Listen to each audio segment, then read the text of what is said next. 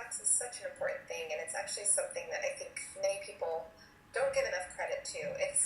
I read something a while back that said the word detox is like the word love. Too many people abuse it and don't really know what it means, and it's so true.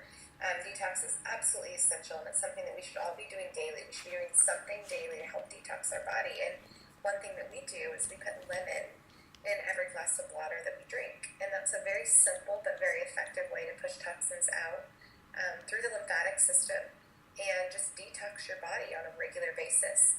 Then there's some other oils we use: helichrysum and juniper berry. We also use rosemary, and we'll put them in maybe a detox bath.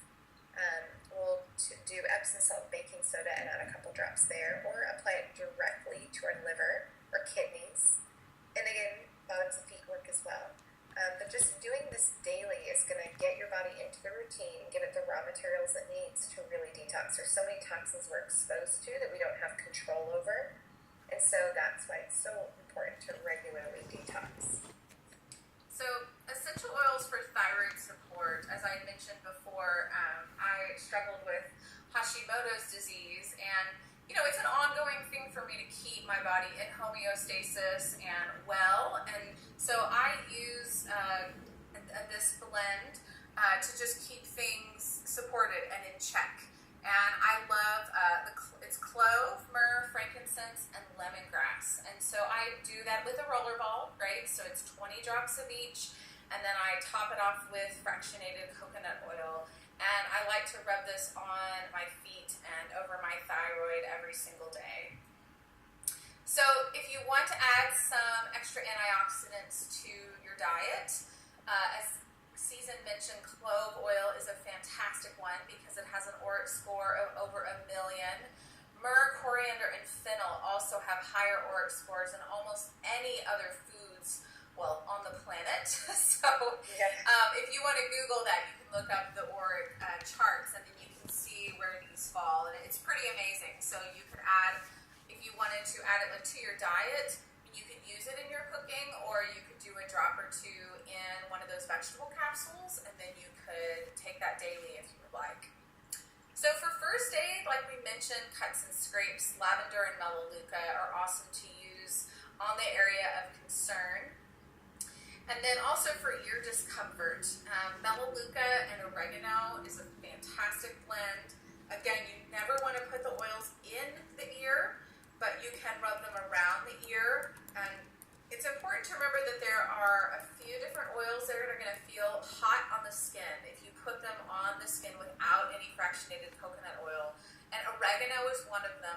Also clove, lemongrass, and cinnamon are some of the top ones that come to mind at the moment. So anytime you use those, you'd want to use some fractionated coconut oil. And anytime you put an oil on your skin, if it feels spicy or hot at all, immediately put fractionated coconut oil on it. Or coconut oil in your pantry, or olive oil, or if you need to grab a stick of butter, rub it on there. That would help too. So any kind of oil is going to help soothe the spiciness.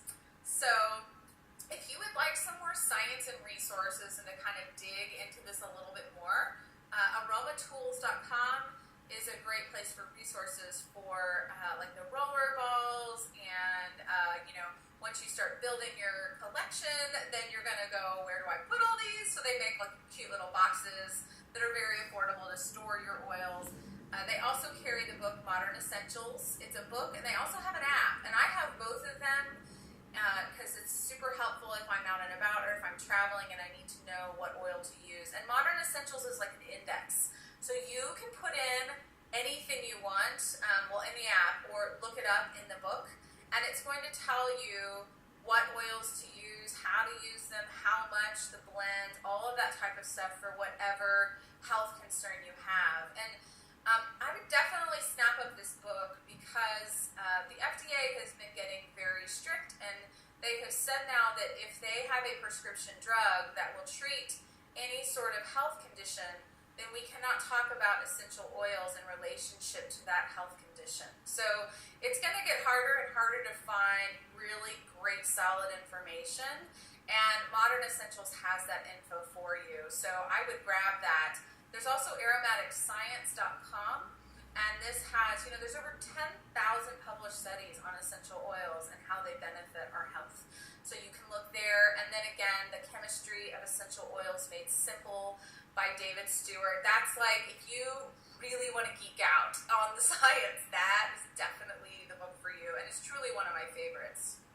So why did you come today? Do you need a change? Has everything else worked and you're hoping that this is the answer? Do you want to move away from synthetic chemicals and use something more natural when you have the opportunity? So the obvious question is, right, how do you get started? Where do you get these oils? What are the best kinds to get? And we truly believe that doTERRA essential oils are the absolute best all-natural approach to support your health. So Susan, can you explain to them why we've chosen doTERRA oils?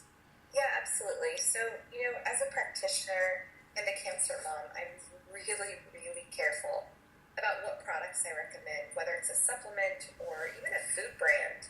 But of course, when it's something I'm going to be using diligently and consistently with my family to maintain our health, I was really careful, and so I did a lot of research. And here's the main thing that really stood out to me.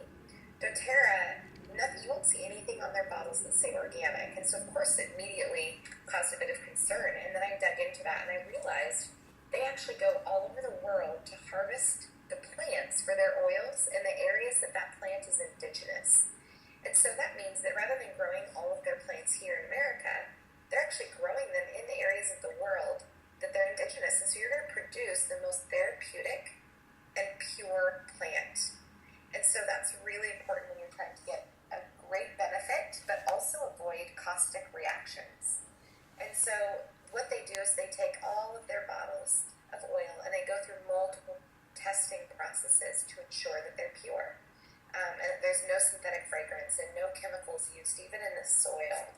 And so this is really important to us. And the other thing too that I think is really important is they do a lot of co-impact sourcing. And so they've helped and done so much work across overseas in different areas like Nepal that have been hit by different travesties, and they've helped rebuild areas, bring water at schools. And so along with them harvesting all these plants, they're also doing a lot to give back to the areas, which is really important to me.